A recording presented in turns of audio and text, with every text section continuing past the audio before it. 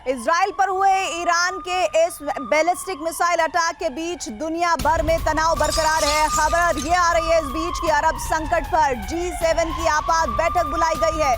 बड़ी जानकारी ये मिल रही है कि इटली की प्रधानमंत्री जॉर्जिया मेलोनी ने ये बैठक बुलाई है और अब से थोड़ी देर बाद इस बैठक के होने की जानकारी मिल रही है।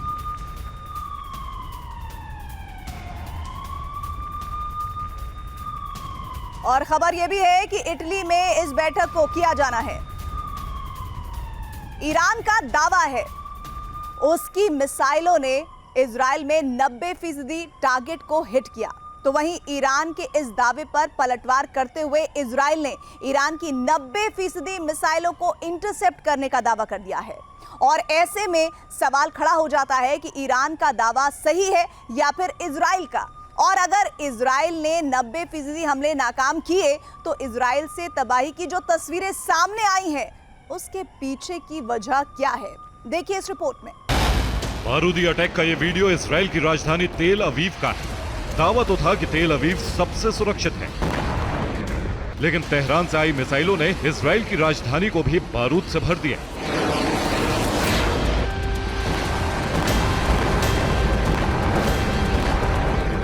बदले की आग में झुलस रहे ईरान ने नेतन्याहू के अभेद्य किले पर वार किया। भीषण बमबारी कर ईरान ने इजराइल को बड़ी चुनौती दी।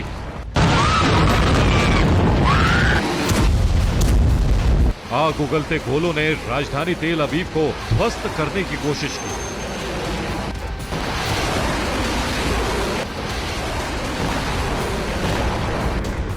ईरान की सेना ने दावा किया कि इजराइल पर उसने करीब 90% सटीक हमले किए और 200 मिसाइलों के जरिए इजराइल के करीब 102 ठिकानों को निशाना बनाया। 30 मिनट तक इजराइल के कोने कोने में बारूद बरसा। हमले के चलते 1 करोड़ लोग बंकर में छिपने को मजबूर हुए। गौर करने वाली बात यह है कि जहां ईरान ने 90% सटीक हमले का दावा किया,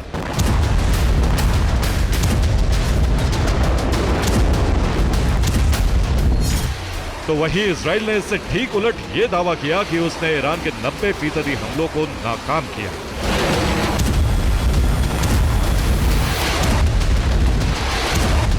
अगर ऐसा है तो फिर इजराइल से तबाही की तस्वीरें, भीषण कोहराम और बारूदी जलजले की तस्वीरें क्यों सामने आई?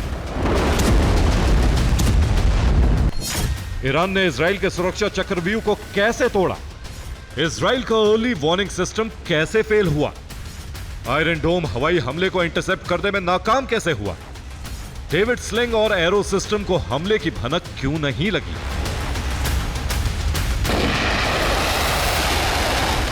कुछ रिपोर्ट्स में दावा किया जा रहा है कि ईरान ने हाइपरसोनिक री एंट्री व्हीकल से मिसाइलों से प्रहार किया,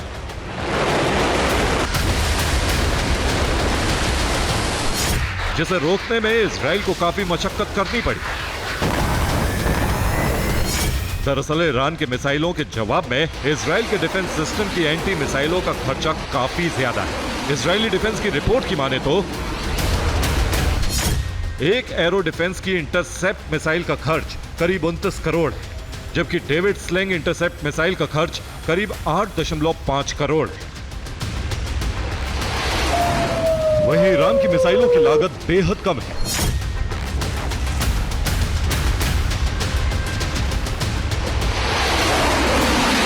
ऐसे में इजरायली डिफेंस ने पुख्ता प्लानिंग के साथ ही सोच समझकर डिफेंस सिस्टम का इस्तेमाल किया और ईरान के मिसाइल हमलों को नाकाम करने का दावा किया।